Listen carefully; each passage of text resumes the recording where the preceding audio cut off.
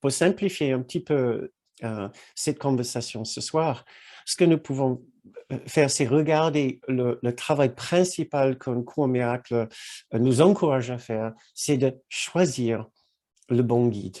Et nous pouvons commencer par cette question, effectivement, mais comment le faire? Et l'information que j'ai trouvée, que je pensais que c'était était la plus pertinente pour nous ce soir, je l'ai trouvée dans le chapitre 5, dans la section la décision de choisir Dieu. C'est la section 7, la décision de choisir Dieu.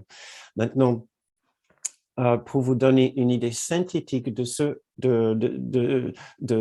processus que dans cette section parle, nous pouvons commencer tout d'abord par déterminer ce que nous souhaitons comme notre expérience. Qu'est-ce que nous aimerions qui occupe notre esprit comme une expérience? Je ne veux pas vous mettre les mots dans vos bouches, mais je vous laisse imaginer que cela peut être de la paix, de la joie, un sentiment de sécurité, un sentiment de cohérence, d'intégrité, d'honnêteté, de perfection, de plénitude, de douceur, de tendresse, de grâce. Dans la première étape, pour mettre le gouverneur en place, c'est de faire le choix de ce gouverneur. Et la façon dont nous choisissons ce gouverneur, ce guide, disons maintenant, c'est tout d'abord déterminer le résultat que nous voulons. Et ce résultat doit être toujours l'une de ces choses dont nous venons de parler. La paix, sentiment d'amour, sentiment d'éternité, quelque chose qui dépasse toutes les conditions de ce monde ici. Donc, nous pouvons dire que ça, c'est la première étape qui suit les leçons 34 et la leçon 185, si vous souhaitez aussi avoir une référence dans le livre d'exercice, pour cette démarche de choisir la paix. La deuxième étape, pour garder ce guide en place, une fois que nous l'avons choisi, c'est de le faire travailler. Il n'est pas là pour rien faire. Oui, il est la présence de la paix en nous. Mais si nous ne l'écoutons pas, alors il va y avoir une absence de paix. Donc, cette deuxième étape, c'est de constater toute absence de paix en nous et d'en prendre la responsabilité. Comme nous avons dit lors de la dernière séance, toute absence de paix, nous ne voulons plus l'attribuer à ce qui est en train de se passer dehors, dans le monde. Nous voulons savoir que la paix de Dieu est une présence constante et immuable dans l'esprit de chacun. S'il y a une absence de cette paix, alors il s'est passé quelque chose en moi de l'ordre d'un refus, d'une fuite, d'une évasion, pour ne plus être dans la présence de cette paix. Et c'est ça que nous voulons remettre en cause maintenant. Mais pour cela, nous devons d'abord, deuxième étape, constater que nous ne sommes plus en paix.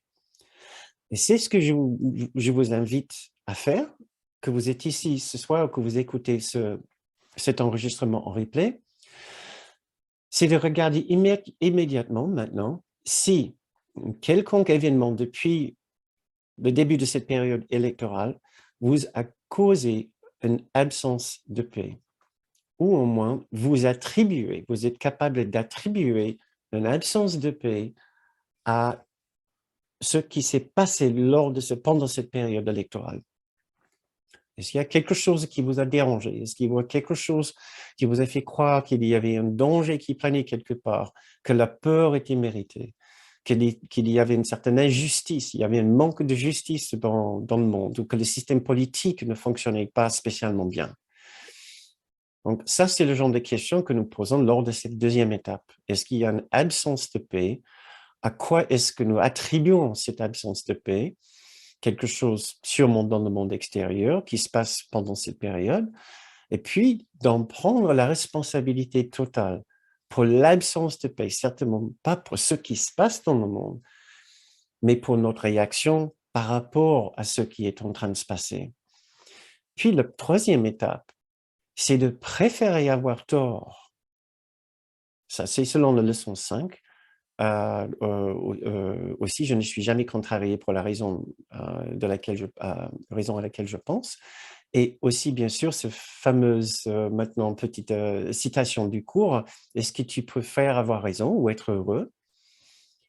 Donc, pour pouvoir entamer une correction, c'est-à-dire pour pouvoir entendre à nouveau les conseils de notre guide, le conseil de notre gouverneur, il ne suffit pas de prendre responsabilité, il faut aussi vouloir avoir tort et d'arrêter de se donner raison. Arrêtez de se donner raison. Donc, arrêtez de dire non, j'ai raison, je sais exactement pourquoi j'ai mal, c'est à cause d'eux. Parce que nous allons toujours avoir raison, toujours avoir tort, excusez-moi, sauf si nous revenons à l'intérieur, nous écoutons et nous allons entendre notre grand guide, notre gouverneur, nous dire que la seule raison pour laquelle tu constates une absence de paix dans ton esprit maintenant, c'est parce que tu as arrêté de m'écouter et arrêté de t'asseoir à côté de moi. Tu t'es cru seul, tu t'es cru isolé et exilé dans le monde de la séparation et dans ta particularité. Maintenant, reviens chez moi, reviens en toi, en nous. Et alors, la quatrième étape, c'est bien cela. Laisser le Saint-Esprit réinterpréter la situation pour nous montrer que la paix est présente. C'est notre façon de dire, laisser Jésus ou notre grande soi réinterpréter la situation pour démontrer comment la paix est toujours présente et comment nous ne sommes pas justifiés à toujours blâmer et accuser l'extérieur pour l'absence de paix dans notre conscience. Maintenant, ça c'est la trame et nous allons revenir dessus dans quelques minutes. Puisque c'est juste le début, si vous voulez. S'il suffisait de juste répéter ces étapes, je pense qu'on serait tous capables de traverser cette période d'une immense tranquillité. Malheureusement, ce n'est pas forcément aussi simple que ça. Mais voilà, c'est le schéma. C'est en pratiquant ces étapes que nous mettons en place le bon gouverneur, le bon guide dans notre esprit, et que nous entamons une écoute active de ce guide, en disant « je veux la paix de Dieu ». C'est ce qui l'installe, le bon guide sur, j'allais dire la trône, à sa place, il le met à sa place. Par la suite, pour l'écouter, ces conseils, nous devons bien ouvrir notre écoute intérieure pour savoir quand nous avons arrêté de l'écouter. C'est-à-dire quand nous avons constaté une absence de paix dans notre esprit, et ainsi de suite. Soyons très honnêtes, par rapport aux 4 consignes que le cours nous donne dans cette section, des décisions pour choisir Dieu, nous avons dit la première chose, le premier conseil, c'est de vouloir la paix. Mais en regardant notre existence, est-ce que nous voulons vraiment la paix? Soyons honnêtes.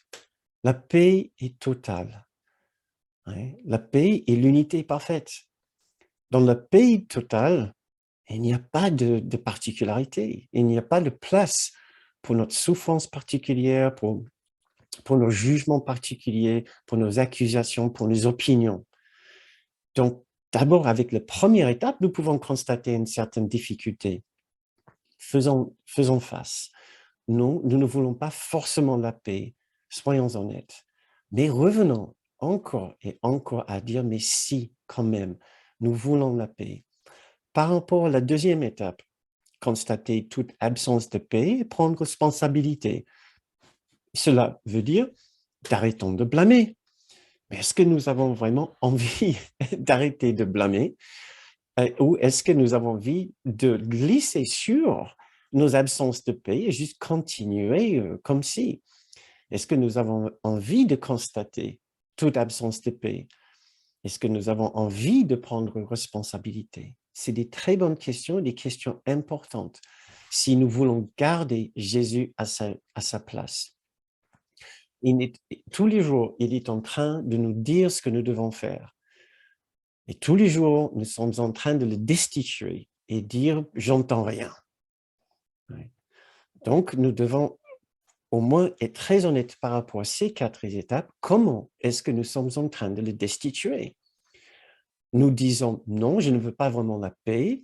Non, je ne veux pas vraiment savoir par rapport à toutes les absences de paix dans mon esprit. Et non, je ne veux pas prendre responsabilité. » Puis pour la 3e étape, nous sommes censés vouloir avoir tort. Mais là encore, nous pouvons facilement dire que non, je n'ai certainement pas envie d'avoir tort, j'ai certainement envie de continuer à avoir raison. Euh, et en dernier, donc, laisser le Saint-Esprit réinterpréter la situation pour nous. Est-ce que nous avons envie qu'il réinterprète la situation pour nous et de passer au-delà de nos jugements, nos accusations? Là, c'est peut-être le plus difficile. Est-ce que nous voulons vraiment réintégrer chaque personne maintenant dans l'unité de notre esprit, dans l'unité de notre cercle d'amour? C'est ce que nous allons devoir faire. Donc, nous devons chacun faire un travail en profondeur avec ces 4 étapes pour voir nos résistances.